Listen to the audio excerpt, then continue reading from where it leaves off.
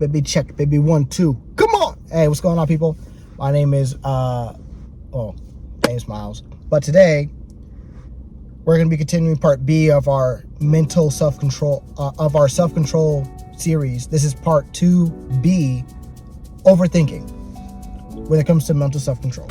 Okay, as we went over before, the pillar of self-control is taking captive your thoughts and either destroying them or cultivating them. That's literally it. That's literally when it comes to self-control. You either take the thoughts that you have and destroy them, or you cultivate them.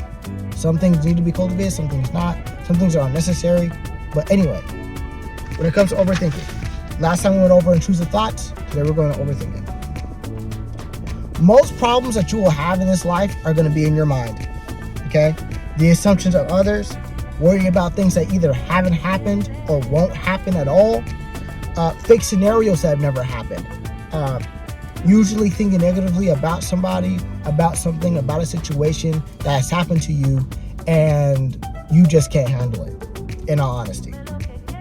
Okay? Sometimes you may do things without thinking, and other things you may not do much. You may be thinking too much and doing nothing. Okay? I'm mainly talking about overthinking. I'm not going to give a definition of overthinking, okay? Not like a dictionary, but overthinking is literally just being overcome by all these thoughts that go into your head, and then you're constantly thinking about those thoughts, and eventually spirals into you just thinking. Okay? An example of this is analysis paralysis. It's analysis paralysis. An example of overthinking is analysis paralysis. You have too many options and you're thinking too much when all you need to do is just start. Okay? This is how you know if you're overthinking. You replay past conversations and events in your head. I did that. Like, there's some things, like an example of this is like you said something that you should not have said, and now you're like, why did I say that? Keep in mind, you haven't even apologized for what you said. Which is, I can't believe I said that. You know, those thoughts that come into your head. Okay.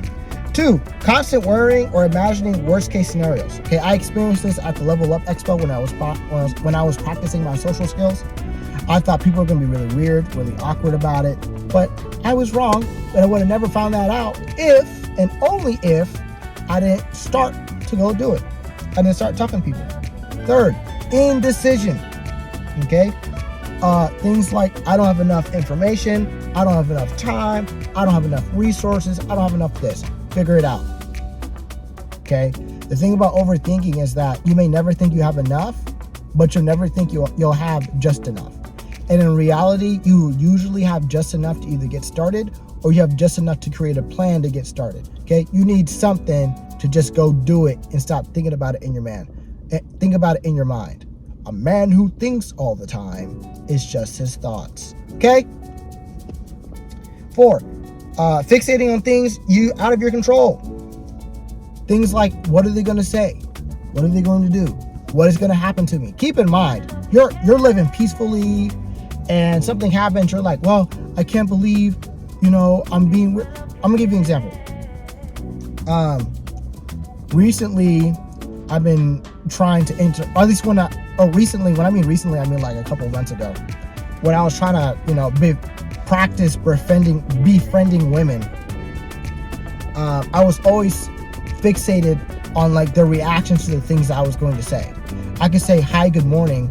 And because there was a comic a while back about, like, the uglier you are, usually like your intentions are going to be misconstrued into something that it's not.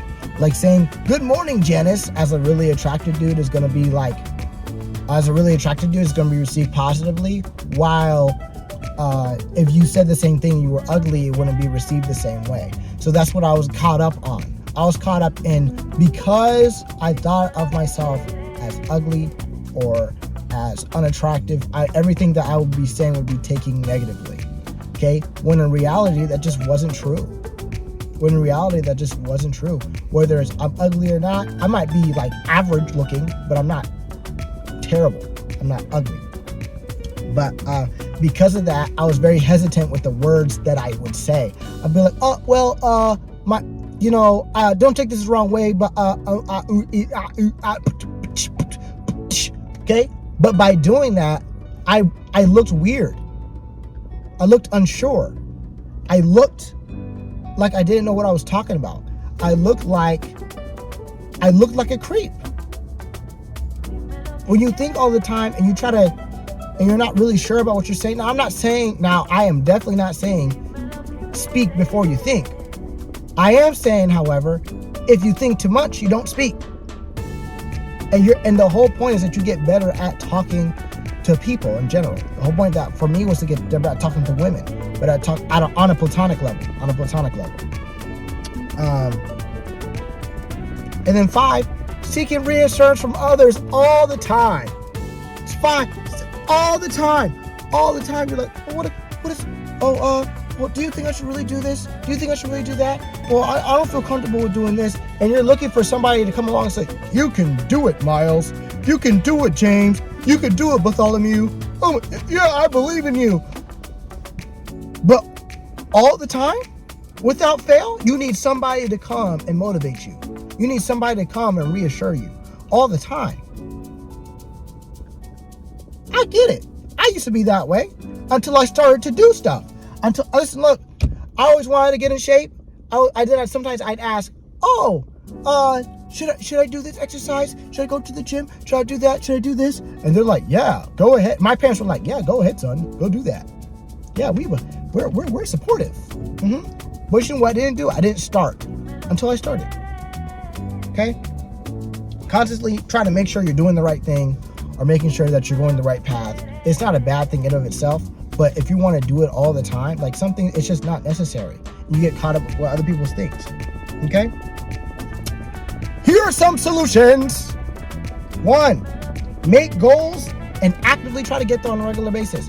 Okay? Becoming better every day is really goal-based, merit-based, whatever you want to say. All right? 2, exercise. Work it out clears your mind. I don't know what it is. When I'm having a really mentally rough day, that bench press, my thoughts, whoosh, whoosh, gone, disappeared. Okay? 3, distract your brain with hobbies or things that you actually love to do. Okay? When I'm on a hike, I am not thinking about work. I'm not thinking about what people think. I'm focused on going up this mountain and trying to get to the top to look at the view. That's it. And then go back down immediately afterward. When I'm enjoying life or I'm enjoying what I'm doing, I am not thinking about none of that. I'm not thinking about struggling. I'm not overthinking about anything. I'm just enjoying the moment. 3, meditate. And when I mean meditation in this specific case is the art of clearing your mind. Okay? Taking out all your thoughts and clearing your mind. Okay? Not saying they're going to take your thoughts away. I am saying it will help you bring your brain back to where it should be or where it was before you started overthinking, before your intrusive thoughts. Okay, it'll help bring it back to where you want it to be. 3, seek support. If you're having problems, you better go ask for some help.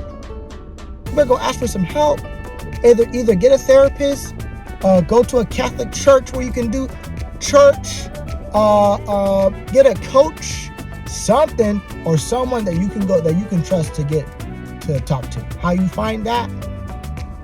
Up to you. Okay? Lastly, be kind to yourself. Okay? I beat myself up all the time over stuff that either is not necessary, stuff that I did in the past, stuff I didn't do so well, and I get caught up in that, and I never feel like I'm doing better, not because I haven't improved, but because I did some things that have already been done. And when I focus on those things, when I overthink about those things, nothing gets done because I'm so focused on, oh my gosh, I wish I would have never done that. When I'm not doing that anymore, or I'm not doing that as well, or I'm not doing it as much. I don't acknowledge the improvements that I've made over the last X months, X years. Okay?